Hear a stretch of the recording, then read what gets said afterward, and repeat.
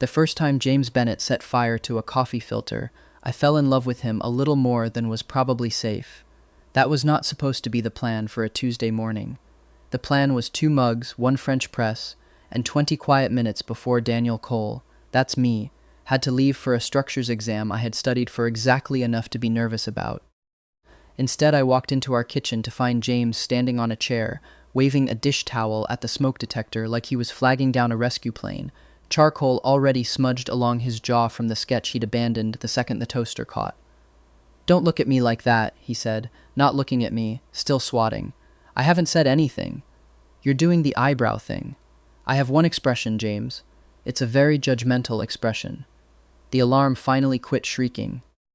He climbed down, tossed the towel onto the counter like a man retiring undefeated from a war he'd clearly lost, and turned to face me with soot on his nose and the particular unbothered brightness he wore like other people wore cologne. "I was trying to make you breakfast." "You were trying to make yourself breakfast and I happen to live here." "Same thing."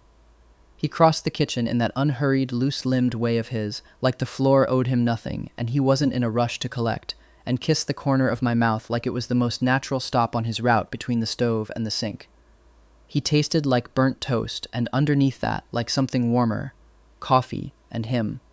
"You love me anyway, documented fact," I said, and meant it more than the joke let on. 22 years old, a fire alarm still ticking itself quiet on the ceiling, and I felt the specific, unreasonable luck of a man who has already lost this exact morning once and been given it back. He didn't know that part. Nobody did, except Mike, and Mike only believed me because he'd run out of better explanations. James Bennett smelled like turpentine and cheap drugstore soap, and, faintly, always, like the outdoors he refused to stay away from even in February. He drew with his whole body, shoulders loose, wrist quick, tongue caught between his teeth in concentration, and he loved the same way, all in, no held-back corners, which was exactly why the version of this story I remembered had hurt so much when it went wrong. A man who loved that completely did not deserve to have that completeness used against him by someone who only wanted an audience for his own recklessness. "Sit," he said now, pointing at the one kitchen chair that wasn't currently supporting a stack of drying canvases, and slid a plate of admittedly excellent scrambled eggs in front of me, the toast tragedy apparently abandoned for a backup plan. "Eat. You get twitchy before exams, and it makes you handsome in a stressed, doomed sort of way that I find deeply inconvenient for my own productivity. I'll try to be less inconvenient. Don't you dare. I've got 3 sketches of you mid-panic that are honestly some of my best work." He dropped into the chair across from me, chin propped on one hand, watching me eat with the frank, unhidden attention of someone who had never learned, or never bothered, to disguise how much he liked looking at me. "You're doing the eyebrow thing again. In another life, I had drowned in Linville Gorge trying to save James from a flood he never should have been standing in front of. I had woken up gasping in a hospital bed with a shattered leg and a boyfriend, who 3 months later packed a bag and told me that loving me had started to feel like drowning too, that he was leaving with Will, that I'd used my own broken body as a leash he was tired of wearing. Then I closed my eyes on that memory and opened them here, in this kitchen, 2 mornings ago, 22 whole again, on the Sunday before the storm that had taken everything from me the first time. I had not told James any of that. I had also not, apparently, learned to stop staring at him like a man watching something fragile decide, on its own, not to break. "There it is again," James said, wiping charcoal off his jaw with the back of his wrist, only smearing it worse. "The eyebrow thing, but sadder. I'm allowed to look at my boyfriend." "You're allowed to look at your boyfriend like he's a math problem you already know the answer to and you're double-checking anyway." He said it lightly, teasing, but James noticed things. It was the whole architecture of him, an artist's eye that didn't switch off just because the subject was human. He tilted his head. "You've been weird since Sunday. I've been thinking," I said, which was true. "About?" My phone buzzed on the counter before I had to answer. I already knew with the sick, cold certainty of a man who has lived this hour before, whose name was about to light up the screen. Will Hayes, in the field trip group chat, time-stamped 7:41 a.m. Gorge Basin is finally walkable after the rain. Real light down there, the kind you can't fake in a studio. Meet at the lower trailhead, 6 a.m. Thursday, before Harper's group gets to the overlook. Bring the good charcoal. James's phone, sitting face up on the counter beside the ruined toast, lit with the same message half a second later. I watched him read it. I watched the smile change shape, not gone, just older, pulled back into something more careful, the way it always got whenever Will Hayes' name showed up anywhere near our life. Lower basins closed after storms, I said, evenly, like a fact, not a plea. Last time, I had said it like a plea, and pleading had made me sound jealous instead of right. Will knows a way around the gate. James said it like an apology already rehearsed, like he'd said some version of that sentence to me before, because he had, in another life that had ended in brown water and a hospital ceiling. It's just sketching, Daniel. He's been asking for weeks. It'll mean a lot to him if I go. It meant everything to him if you didn't come back, I thought, and did not say, because I had learned. The expensive way, the way that leaves a scar shaped like a canyon, that the version of me who said things like that out loud only ever sounded like a man trying to win an argument, never like a man trying to save a life. So instead I smiled, the real one, the one that still worked even with a flood sitting cold in my chest. Go sketch with him, I said. I'll come find you Thursday morning before you head down. I want to see the light, too. James blinked, surprised in a way that told me exactly how differently this conversation had gone the first time. You're not going to lecture me about the closure signs. I trust you to come back, I said, and that part, at least, was not a performance. It was a promise I intended to keep from both directions this time, trusting him, and making sure the gorge gave him the chance to prove it deserved. He crossed the kitchen again, slower this time, and kissed me properly, coffee and toast smoke and all, one hand curling warm against my jaw like he was checking that I was real. I love you, he said, quiet, against my mouth. Even when you're being weird. Especially then, I said, and held on a beat longer than the moment strictly required, because somewhere underneath the joke, I was doing the math on a flood that hadn't happened yet, and on exactly how many hours I had to make sure it never got the chance to take him from me again. Mike Turner found me 20 minutes later in the parking lot of Ashbrook University's engineering building, sitting in my truck with the county emergency services non-emergency line already pulled up on my phone and my thumb hovering over call like it might go off in my hand. Okay, Mike said, sliding into the passenger seat without asking, 2 coffees balanced in a cardboard tray he set on the dash like an offering. You've got the face. What face? The one you had at James's cousin's wedding when the DJ played the wrong song for the first dance and you looked like you personally needed to fix it before the universe noticed. That face. Except worse. He studied me. Worse. What happened? I had rehearsed this exactly once, silently, in the shower, and it had sounded insane even inside my own head. I said it anyway, because with 2 days until Thursday, I could not afford Mike's disbelief to cost us the 12 minutes it might take him to believe me. I've lived this week before, I said. James goes into Linville Gorge with Will Thursday morning. There's a flash flood. I go after them and it goes wrong. I get hurt badly. James blames me for making it about jealousy, and 6 months later he leaves me for Will because loving me started looking too much like a hospital bill and a leash. I made myself say the next part slowly, so it would land as a fact and not a confession. Then I woke up back in Sunday. This is Tuesday. I have 2 days. Mike didn't laugh. That was the first sign this friendship was going to survive the conversation. He turned the coffee cup around in his hands twice, methodical, the way he did when he was actually thinking instead of performing thinking. You're telling me you've got flood psychic powers. I'm telling you I've already drowned once for not listening to myself the first time.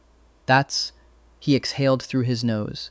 That's the most insane thing you've ever said to me, and I watched you try to convince a TA that your bridge model failed on purpose as an artistic statement. A pause. But you don't joke with that voice. That's your dead serious voice. You use it twice a year. I need you to trust me on this one. What do you need? That? Not are you insane, not prove it, was the whole reason Mike Turner had been my best friend since freshman orientation. I laid it out. We wouldn't try to physically stop James, because I had already run that experiment, and it had cost me a shattered leg and every ounce of trust I had left to spend. Instead, we would document. We would warn the county rangers about a known illegal access point through the maintenance gate before Thursday, and we would be close enough on the day itself to call for rescue the moment the water started moving. Not 15 minutes after, like last time, when I'd been too busy playing hero to check a radar app. Thursday came in gray and already wet at the edges, the sky doing that mountain thing where it looked undecided about violence. I drove the access road at 5:40 a.m. with Mike in the passenger seat feeding me radar updates off his phone, and found James's car already parked crooked near the maintenance gate, driver's door hanging open, no one in it. I did not run. That was the whole lesson the first life had cost me, that running toward a canyon looks like love and functions like a leash. I called it in first. Ranger dispatch, non-emergency, upgraded to emergency the second I said flash flood risk. 2 known individuals past the closure point, water rising upstream per radar. Then, only then, I went down the trail at a controlled jog. Mike 3 steps behind me with his phone already recording the closure signage, the exact kind of documentation that would matter later and had never existed the first time around. I found them on the flat rock shelf above the basin, not in it. James crouched with charcoal already smudging gray up his forearm, sketching the water where it moved dark and glassy over stone, and Will, standing behind him with a camera lifted, angled to catch James's profile against the danger instead of the landscape he claimed to be chasing. Storms moving faster than the forecast said. I called out, not shouting, not scrambling down the last drop the way I had before. Steady. A man delivering information, not a man begging. Rangers are already on their way up from the lower access. We should move to the overlook now, not after. Will didn't lower the camera. It's fine, Daniel. We've got time. The water's not even. The sound arrived before he finished the sentence. Not a wall of water. Nothing so cinematic. Just a low, deepening growl from around the bend, the specific note I had heard exactly once before and would recognize with my body for the rest of my life. Adrenaline arriving in my blood before my mind had finished processing the noise. James went white. Charcoal dropped from his hand and vanished between 2 rocks. This time, I did not have to choose between reaching James and losing my footing on wet stone 50 feet downstream from where he stood. This time, the distance was 3 steps, not 30, because I had refused to let the morning start with me at the bottom of a canyon and him at the top of one. I closed it, got a hand around James's wrist, and pulled him up onto the higher ledge in one motion, the 2 of us stumbling back together against the rock face while Will scrambled up behind us, camera bag forgotten, face gone the pale gray of someone finally understanding what a closure sign is actually for. The water came through the lower basin 9 seconds later. Not where we stood, where James had been crouched 20 seconds before. It did not look like a wave.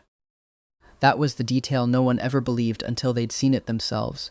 No rising blue wall, no cinematic crest. Just brown water arriving all at once where there had been dry stone, foam-flecked and fast, carrying a whole uprooted sapling end over end like it weighed nothing, slamming it against the rock shelf where James's charcoal had vanished between 2 stones not half a minute before. The sound of it filled the whole canyon, a deep, indifferent roar that made the ranger's radio crackle uselessly against it, and underneath the roar I could hear my own pulse, loud and fast, and for the first time in either of my lives entirely under control. Nobody spoke for a long moment. James's fingers were locked so tightly around my forearm, I could feel his pulse hammering against my skin, fast and uneven, and I understood, with a clarity that felt like something finally settling correctly into place after a year of sitting crooked, that this was the whole difference between the 2 lives I had lived. Last time, the water had taken me, and James had watched me get pulled under trying to reach him too late, and grief and guilt had curdled into something that looked like blame by the time it reached his mouth. This time, the water had taken nothing. This time, he was looking at me not like a man who'd been rescued by someone dangerous and possessive, but like a man who'd just watched someone keep an impossible, quiet promise. "You called ahead," James said, voice unsteady, not quite a question. "I called ahead," I said. "I wasn't going to get here in time to grab you if I waited until I saw the water." Behind us, Ranger Ellis's voice carried down from the trail above, sharp with the particular fury of a woman who has spent a career watching people almost die for a better photograph. Will was already turning, already opening his mouth on some version of an explanation that would, this time, have Mike's time-stamped photos of the closure gate standing directly against it. James didn't look at Will. He was still looking at me, charcoal-streaked and shaking and alive, like he was seeing the whole shape of something for the first time. "Take me to the overlook," he said, "the safe one. I want to draw the storm from somewhere I can't drown in it." I laughed, surprised it out of myself, relief cracking through 20 minutes of held breath, and did not let go of his wrist the entire walk up. At the overlook, wrapped in the ranger's spare blanket, James finally let his hands shake the way he'd clearly been holding them still for the whole climb. I sat close enough that our shoulders touched, close enough to feel him breathing, and watched the storm finish its business on a canyon that no longer had anyone standing inside it. Below us, the water kept coming for another 20 minutes, patient and total, filling the basin edge to edge with the same brown, churning violence that had once taken my leg, my ribs, and, slower, quieter, over the 6 months that followed, my whole understanding of what love was supposed to cost. From up here, safe, dry, James's knee pressed against mine, it looked almost peaceful, almost like something you could sketch. "I keep waiting to be embarrassed that I panicked," James said eventually, watching the water instead of me. "Everyone else seems so calm. You didn't panic. You froze for 4 seconds and then let a man who loves you pull you off a rock before the loudest sound of your life arrived. That's not panic, that's trust." I turned my head, found him already looking back at me. "You can be embarrassed about the charcoal, though. You definitely lost that stick forever." That got the laugh out of him I'd been hoping for. Small, wet-eyed, real, and he leaned his head against my shoulder, while the rangers finished cataloging a morning that this time had nothing worse in it than a fine, a lecture, and a lost piece of charcoal.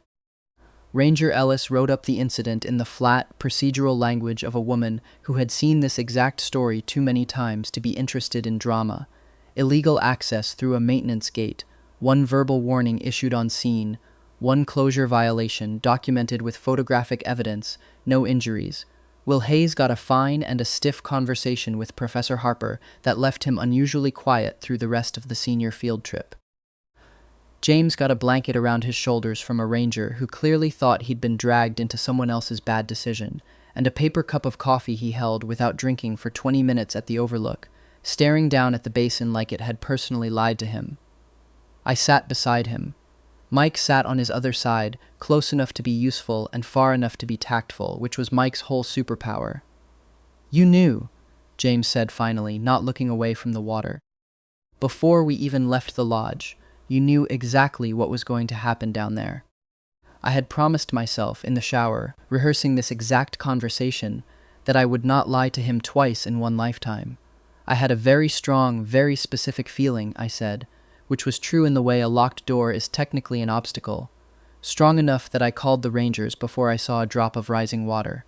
I'm not going to pretend that's normal. That's not an answer. It's the honest part of the answer I can give you right now. I turned so I could actually see his face, pale under the wind-reddened cheeks, eyes still a little too bright from adrenaline that hadn't finished leaving his body. "James, I will tell you everything, all of it, I promise you that. But not sitting on a wet rock 40 minutes after almost losing you to a flood. Let me get you warm first. Let me get you fed. Then I'll answer anything you ask, and I won't flinch away from any of it." Something in his shoulders came down half an inch. "Okay," he said, "but you're not off the hook. I have a list. I'd be disappointed if you didn't." Mike, on cue, produced a granola bar from his jacket pocket like a man performing a magic trick he'd rehearsed since sophomore year, and handed it to James without comment, which was its own kind of tact. The understanding that sometimes the kindest thing you can do for someone shaking on a mountain is hand them a snack and let the silence do the rest of the work. Ranger Ellis crouched in front of James a moment later, notebook out, voice gentled into the specific patient register rangers seem to learn early and never lose. "You're not in trouble," she said, when James's hands tightened around the coffee cup. "Mr. Hayes is the one who ignored a posted closure and led you past a locked gate. I need your account, that's all, whenever you're steady enough to give it." "I should have checked the gate myself," James said quietly. "I saw the sign. I trusted him to know better than a sign." "That's the mistake almost everyone makes down here," Ellis said, not unkindly, closing her notebook halfway. "Signs don't feel as convincing as a person who sounds sure of himself. That's exactly why they keep almost killing people who otherwise have good sense." She looked past James, toward me, something assessing and not entirely unfriendly in her expression. "Your boyfriend, on the other hand, called this in 11 minutes before the water moved, with a radar screenshot and a photo of the gate already attached. First time in 4 years I've had a civilian report beat my own weather alert to the desk. I had a bad feeling, I said, which had become, by necessity, my entire public explanation for a week of decisions built on a memory no one else could verify. Keep having them, Ellis said, standing, tucking the notebook away. This gorge could use more people with bad feelings and fewer people with good cameras. Later, in the truck, heater running while James dozed against the window with the exhausted, boneless sleep of someone who'd spent all their adrenaline at once, Mike looked over at me across the cab. "You didn't run down there," he said quietly. "Last time you told me about the other version, did you run?" "I ran so hard I lost my footing on the last drop before the ledge. That's how my leg broke." Mike absorbed that the way he absorbed most things, slowly and completely, like a man double-checking a proof. "So this time you called first and moved smart instead of moving fast. This time I finally understood that getting to him 10 seconds later, safely, mattered more than getting to him instantly and drowning next to him." "Huh," Mike said, and then, because he was Mike and could not sit inside a heavy moment for longer than 90 seconds without undercutting it, added, "So reincarnation just made you better at logistics." Apparently that's what almost dying teaches a structural engineering major. I glanced at James, still asleep, charcoal ghosted along his jaw where he'd rubbed it without meaning to. It also taught me I've been hiding something from him that almost got both of us killed for a stupider reason than a flood. The coal industries thing. I hadn't told Mike the wealth part yet in this life, but I hadn't needed to. Mike Turner had figured out my father's name freshman year and simply never mentioned it, on the entirely correct theory that if I'd wanted it known, I would have led with it. The coal industries thing, I confirmed. I've been letting him love a version of me with half the truth left out. I did that in the life I already told you about, too. Kept the money quiet, kept the danger quiet, thought silence was the same thing as protecting him. I glanced at James, still asleep against the window, unwilling to say the rest of it too loudly in a truck where he was 4 feet away. It didn't end well. I'm not doing it again. Mike was quiet for a moment, watching the wipers push rain off the windshield in slow, even arcs. "For what it's worth," he said eventually, "the guy who just spent a week getting radar alerts and lying awake planning a flood prevention operation for his boyfriend's field trip. That guy doesn't sound like someone who needs money to prove he's worth staying for." I looked at James's sleeping face, soft and unguarded in a way it rarely was while awake, and thought, I know that now. It took a canyon and a second life to teach me. I am not going to need a third one to remember it. Will Hayes had been James's first kiss at 16, behind the art room at a summer program neither of them ever fully described to me, and his first heartbreak at 18, when Will left for a semester in Florence and came back dating someone else without ever quite ending things with James first. I knew this the way you know the outline of a scar on someone you love. Not every detail, but exactly where it runs, and exactly which pressure makes it ache. He was, infuriatingly, talented. That was the part that had always made him dangerous in a way jealousy alone couldn't explain. Will didn't manipulate James with cruelty, he did it with beauty, with the particular gravity of someone who made recklessness look like devotion to art instead of what it actually was, which was a total absence of anyone else's safety in his calculations. He came to find James 3 days after the gorge, in the studio building, while I was walking James back from his afternoon critique. I watched Will's face do the calculation, me standing there, arm loose around James's waist in a way that had nothing performative in it and everything protective, and watched him decide to try anyway. I wanted to apologize properly, Will said, to James, as if I were a coat rack. For Thursday, I got caught up, I didn't think it through. You never think it through, James said, and there was something new in his voice. Something that had not been there in the version of this conversation that must have happened in my first life, back when James had still been defending Will's recklessness as passion instead of naming it correctly.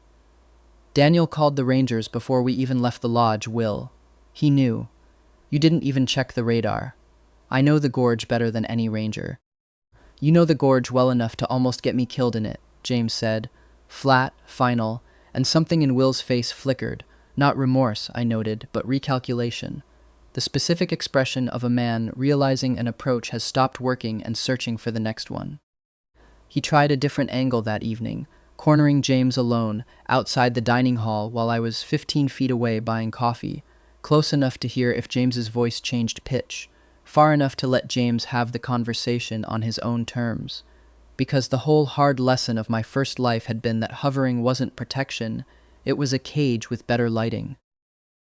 "You've changed since you started dating him," I heard Will say, low, needling, in the specific way of someone who has spent years being the interesting one and doesn't know how to stop performing that role. "You used to want the real version of things, the unsafe overlook. Now you want the safe one, with the guy who calls the Rangers before the storm even starts. I want to stay alive long enough to keep painting," James said. "I used to think you calling that boring meant you were braver than everyone else. Now I think it just meant you never had to be the one who watched somebody almost drown for your art." I did not step in.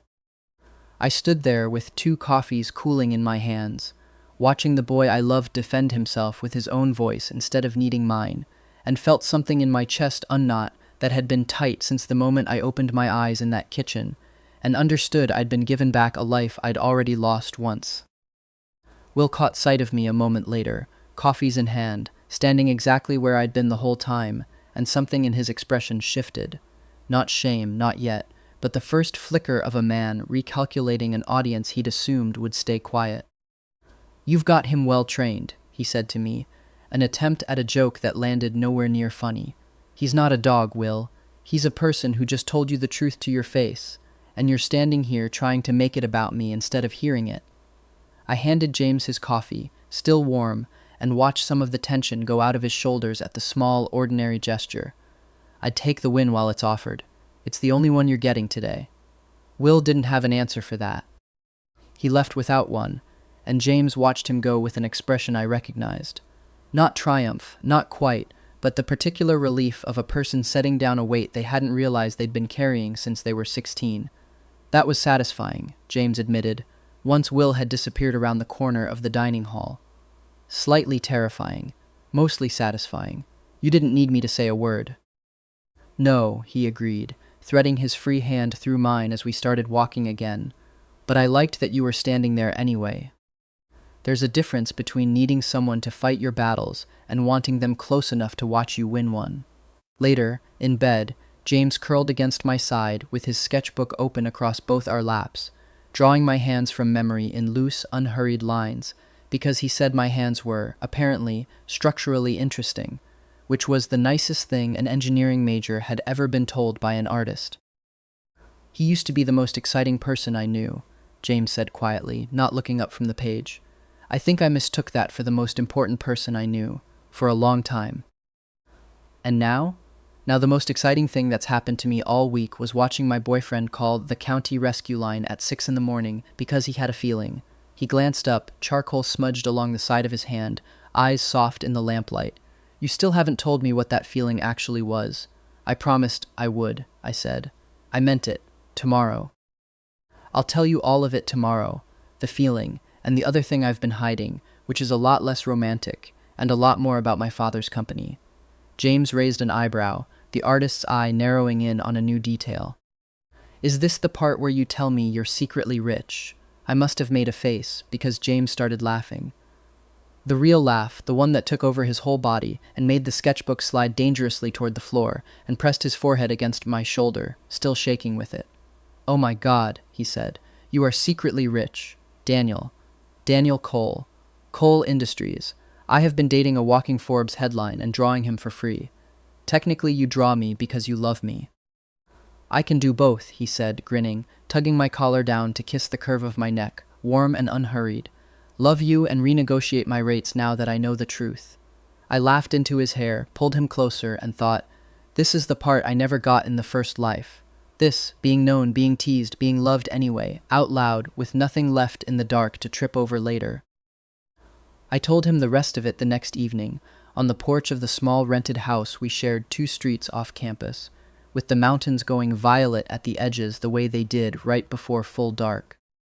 I told him about my father, Richard Cole, founder of Coleridge Systems, infrastructure and risk management contracts, the unglamorous, unphotographed kind of wealth that funded emergency communication networks instead of yachts, which was, I admitted, probably why I'd been able to hide it so completely at a small university 2 states from the nearest coal industries office.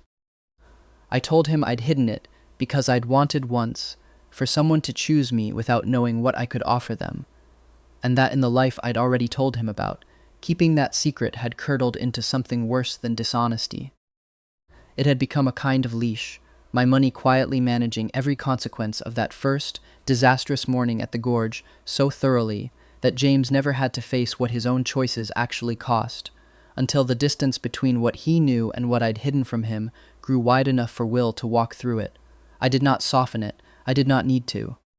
What mattered was the shape of the mistake, not how gently I described it. And James, sharp, patient, watching my face with the same careful attention he gave a half-finished painting, understood that without my having to spell out every detail.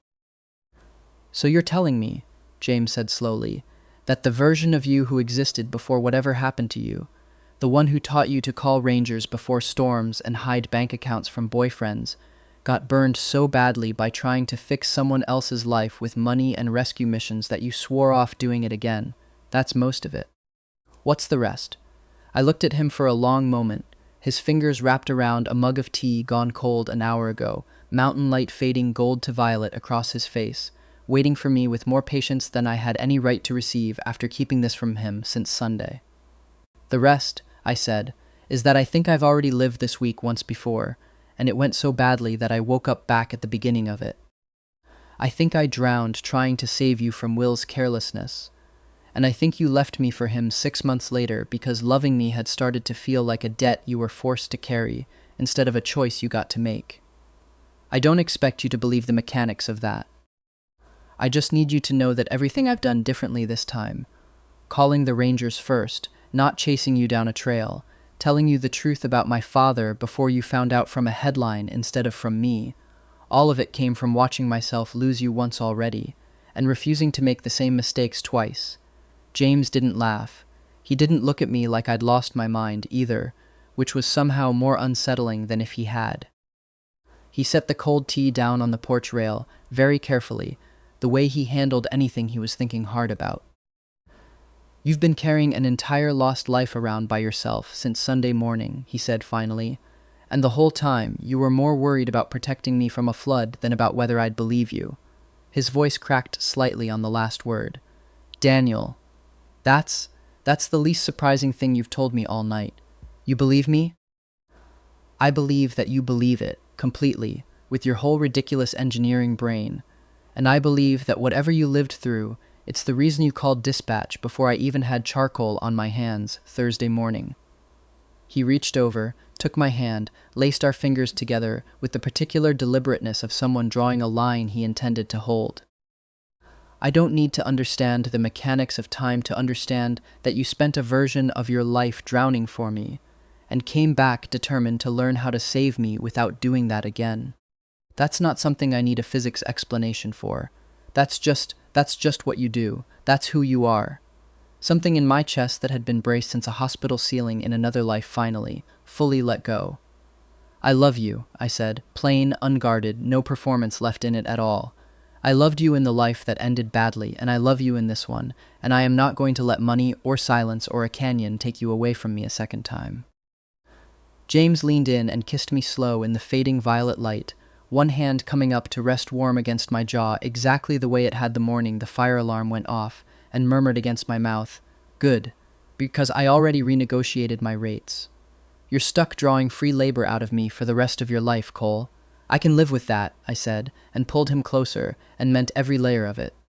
We stayed out on that porch, long after the mountains went fully dark, James's head resting against my shoulder, his sketchbook forgotten on the step beside us. The two of us trading small, unimportant confessions the way people do when the big ones have already been spoken, and there's nothing left to brace against. He told me about the summer he broke his wrist trying to climb the barn behind his grandmother's house to get a better angle on a sunset. I told him about the first bridge model I ever built, age 9, out of popsicle sticks and a truly unreasonable amount of hot glue, and how my father had framed the photo of it collapsing under a bag of flour because, he said, an engineer who never watched something fail wasn't paying attention. "I like that your dad frames failure," James said, sleepy, content. "Mine hangs report cards. Mine hangs collapsed bridges. We're a very specific kind of family. I'd like to meet him properly sometime.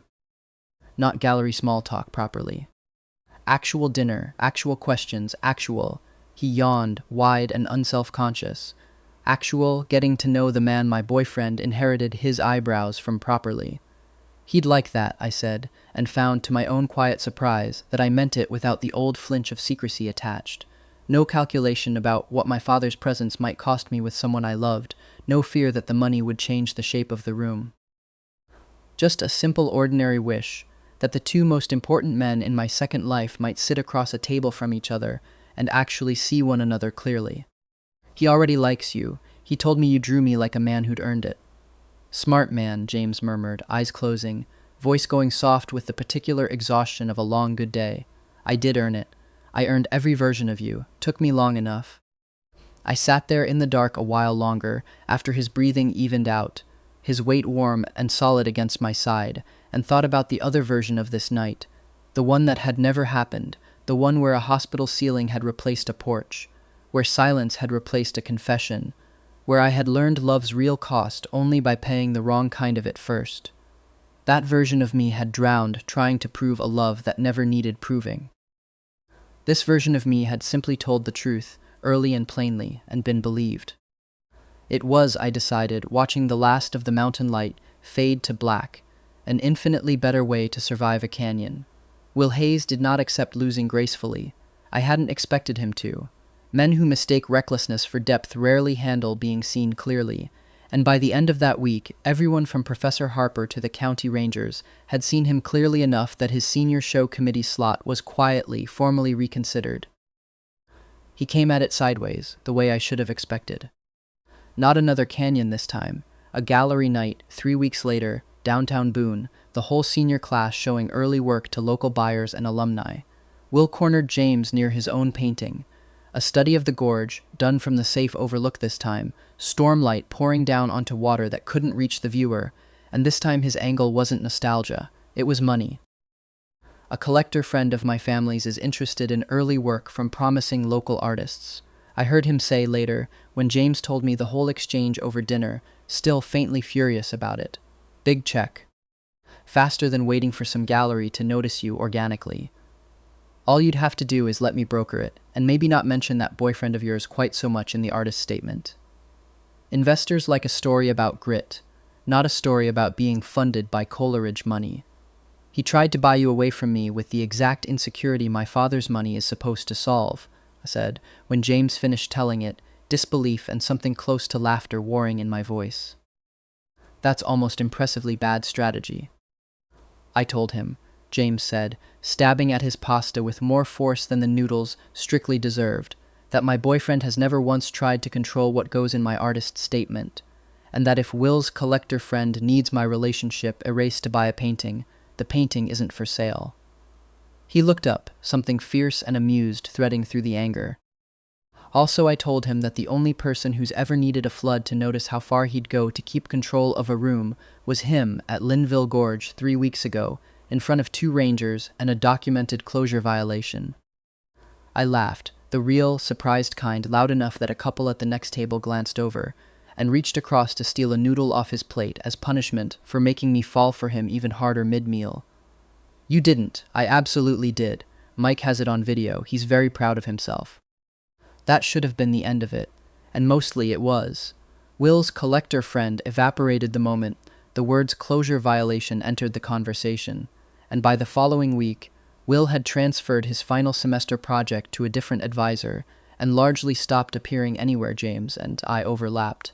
But 3 days before the senior show opened, I got a call from Professor Harper herself, brisk and businesslike, in a way that told me this wasn't a social call. I wanted you to hear it from me before the rumor mill got there first, she said. Will Hayes attempted to submit a piece to the show using field footage from Linville Gorge. The flood, specifically, framed as a meditation on nature's indifference to the reckless. He didn't ask James's permission to use his image in it. I pulled the piece myself before it went up. I felt the old instinct rise, the one from my first life, the one that wanted to handle this, quietly, expensively, with my father's lawyers, and a strongly worded letter that would make the problem disappear before James ever had to feel its weight. I made myself sit inside that instinct for exactly 3 seconds, weighing it the way I'd learned to weigh every impulse since that Sunday morning in the kitchen, and then set it down. "Thank you for telling me," I said instead. "James should hear this from you directly, not filtered through me. He's better at fighting his own battles than either of us is giving him credit for." Professor Harper was quiet for a moment.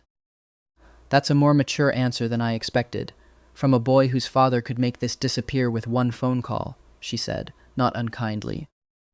"I already tried making things disappear for someone I loved, instead of letting them handle it themselves," I said. "It didn't teach either of us anything. I'm not doing that again." James, when he heard, did not need rescuing.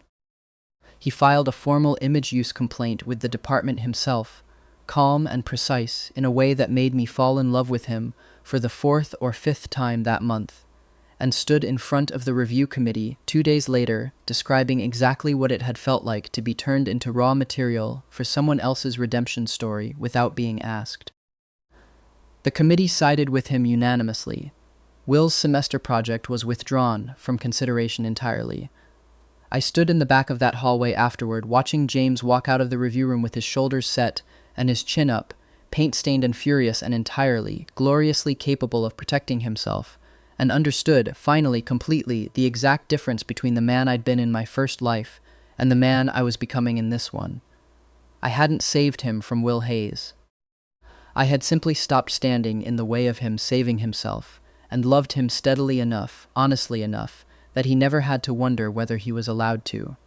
That night, to celebrate, Mike showed up at our door with a bottle of wine so cheap the label had started to peel, 3 microwave pizzas, and the specific aggressive cheer of a man who had been waiting 3 weeks to say, "I told you Will Hayes would implode eventually." "I didn't even have to do anything," Mike said, feet up on our coffee table, pointing a slice of pizza at James for emphasis. "You just stood there being right at people until the review committee agreed with you. That's my favorite kind of justice. Low effort, high yield." "I appreciate your support," James said dryly, though he was smiling, leaning into my side on the couch with the loose, unguarded ease of someone who had spent the whole evening finally exhaling. "I documented it," Mike said, unbothered, "which, frankly, is the highest form of support I have to offer. I photographed a closure gate for you people. I am basically a paralegal now." "You're an engineering major who once tried to convince a TA a failed bridge model was performance art," I reminded him. "And yet," Mike said, raising his wine glass with enormous dignity, "here I sit, having personally contributed evidence to the downfall of a man who tried to buy my best friend's boyfriend out from under him with a bad collector connection. Character growth. Look it up."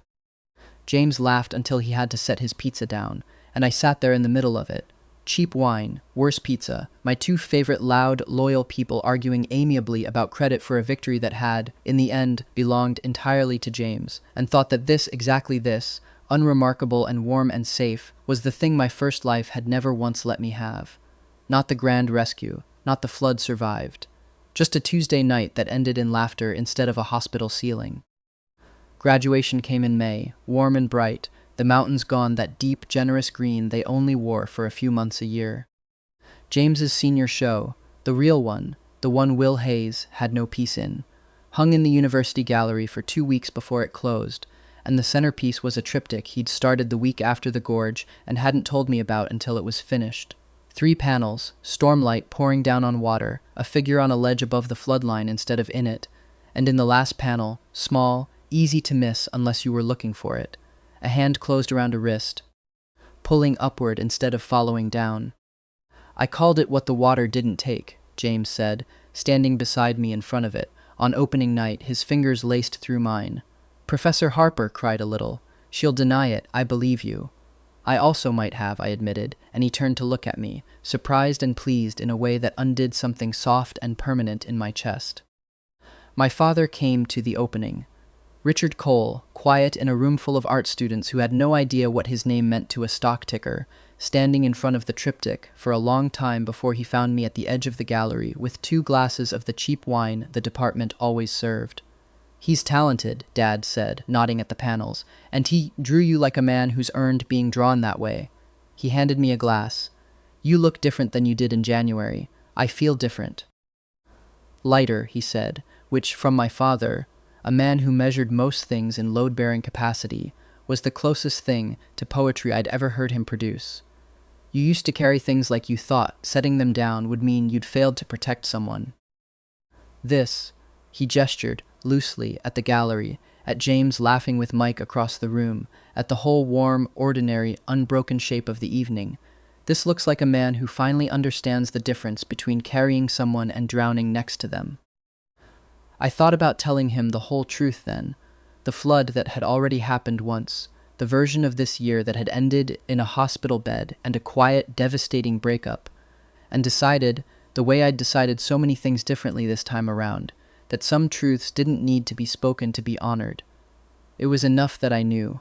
It was enough that I'd used what I learned to build something that couldn't be washed away the same way twice. James found me an hour later on the gallery steps, tie loosened, 2 cups of terrible punch in his hands, and settled beside me with the particular contentment of a man who has just watched a room full of strangers stand in front of his work and feel something.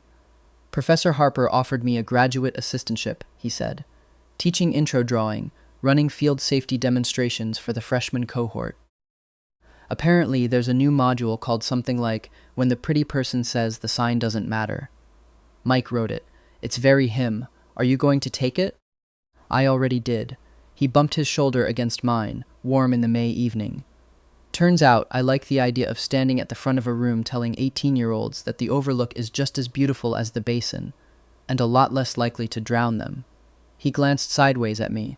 You're taking the Coleridge public infrastructure job, the risk communication one, emergency systems and public warning design, I confirmed. Turns out I have some very specific, very personal opinions about how badly a warning fails when the person hearing it thinks it's just jealousy talking. Look at us, James said, tipping his cup toward mine in a mock toast, punch sloshing dangerously close to the rim. 2 people who almost drowned in a canyon, gainfully employed in making sure it happens to fewer people after us. To fewer floods, I said, and clinked my cup against his. To fewer floods, he agreed, and then softer, setting the cup down on the step between us so he could take both my hands in his, charcoal-stained and steady, and to you, for calling ahead. For telling me the truth before I had to find it out the hard way. For, his voice caught just slightly, the whole weight of a life I'd lived once and lost sitting invisibly between us, though he had no way of knowing its full shape, for whatever it was that made you decide, somewhere along the way, that loving me didn't have to cost you your life to count. I hadn't told him those exact words. I hadn't told him the sentence I'd built my whole second chance around, the one I'd learned standing at the edge of a canyon in a life he never got to remember living with me. And yet there it was, coming out of his mouth on a set of gallery steps in May, like some truths find their way to the surface even without a straight line of memory connecting them. I love you, I said, instead of trying to explain the coincidence, not like a debt, not like a leash. Just love you, plainly, on purpose. Every single day I get to keep doing it. Good, James said, and kissed me there on the steps, unhurried, certain, with the whole bright rest of our life opening up in front of us, instead of a flood closing in behind. Because I plan on making you say that a lot. Possibly at a wedding. I've already got ideas for the seating chart. Ambitious. I contain multitudes, Cole. He grinned against my mouth, warm and alive and entirely, permanently mine. Try to keep up. I proposed at the overlook, not the basin. It took me a year to plan it properly, which James found unbearably funny once he understood how much of that year had gone into logistics instead of nerve. A permit from the county for an after-hours gathering, a quiet word to Ranger Ellis, who agreed, with visible amusement, to happen to be on duty that evening in case anyone asked how a civilian had gotten access after the gate closed. Mike helped carry folding chairs up the trail and complained about it the entire way, which was how I knew he was moved enough to need the complaining as cover.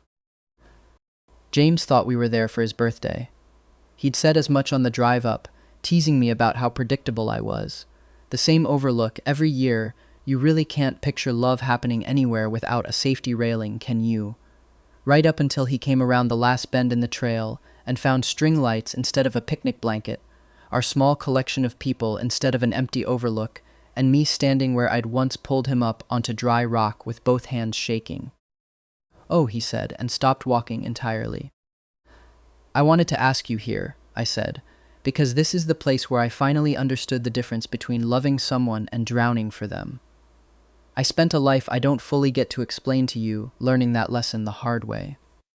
I don't want to spend the rest of this one learning anything the hard way again, except maybe how to co-parent a golden retriever, because Mike is very insistent we're getting one eventually. I'm right here, Mike called out, unbothered, from somewhere near the folding chairs. James was laughing and crying at the same time by the time I got down on one knee, charcoal or paint, more often these days, still faintly visible under one thumbnail, the way it almost always was. You are the most ridiculous, over-prepared, secretly rich engineer I have ever met, he said, and I would like to keep drawing your hands for the rest of my life, so yes, obviously yes, ask me properly. I asked him properly. He said yes properly, loudly enough that a startled owl left a nearby pine, which Mike later insisted on, including in the best man speech as nature itself giving its blessing, and which Professor Harper, present as an honorary guest, called frankly excessive theater for a bird. We got married the following spring, in a converted barn 20 minutes from Ashbrook, string lights again because James refused to let a good motif go to waste. My father cried, which he denied afterward with the same flat conviction he'd once used to deny that he'd framed a photo of my collapsed popsicle stick bridge out of anything but engineering principle. Professor Harper gave a toast that somehow worked in both nature is not more authentic when you approach it stupidly, and a genuinely moving line about love that chooses safety without ever choosing smallness. Mike's best man speech ran 11 minutes over the venue's requested limit, and included, unforgivably, a slideshow. I did not care. I stood at the front of that barn and watched James walk toward me in the low gold light, unhurried, certain, exactly the way he crossed every kitchen he'd ever stood in, and thought, not for the first time, and not for the last, that I would live this exact version of my life again, gladly, 100 times over, if it always ended here. 6 months into being married, the smoke detector in our kitchen went off at 7:41 in the morning, which felt, honestly, like tradition by that point. I wanted on record, I called from the hallway, tying my tie one-handed while I walked, that the venue for our wedding did not have this problem, and I would like an explanation for why our actual kitchen still does. The venue didn't have me cooking in it, James called back, and I rounded the corner to find him standing on the same kind of chair as that first Tuesday morning years ago. Different kitchen, different city, same disaster, waving the same dish towel at a smoke detector that had clearly never learned to trust him either. His left hand, when he lowered the towel, caught the morning light on a ring I still wasn't entirely used to seeing there.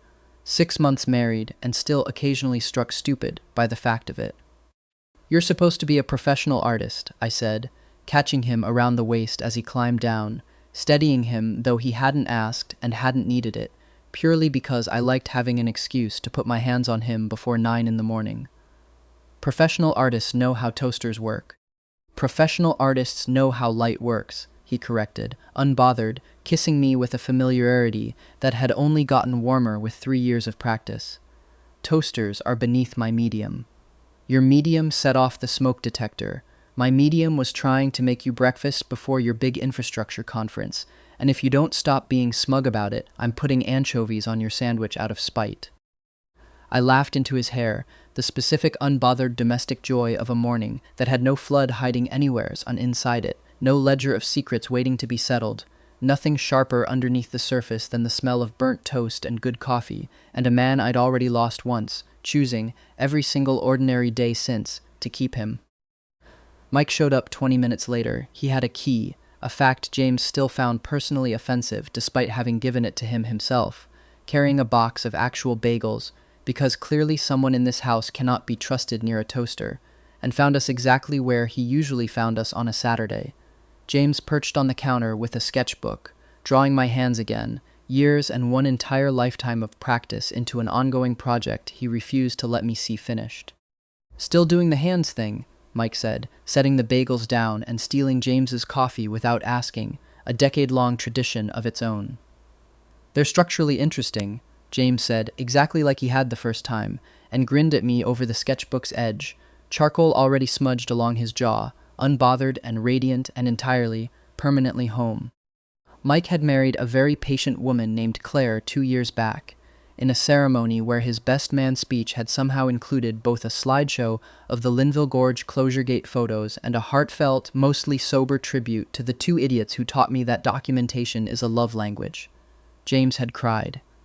I had not, on principle, though the photographic evidence Mike still liked to produce at parties suggested otherwise. He settled onto our second counter stool now, bagel in hand, and surveyed the kitchen with the proprietary satisfaction of a man who considered this house at least 40% his own achievement. You two ever think about how insane this would have sounded 6 years ago? He said, around a mouthful of everything bagel. Engineering guy secretly loaded, art guy almost dies in a canyon.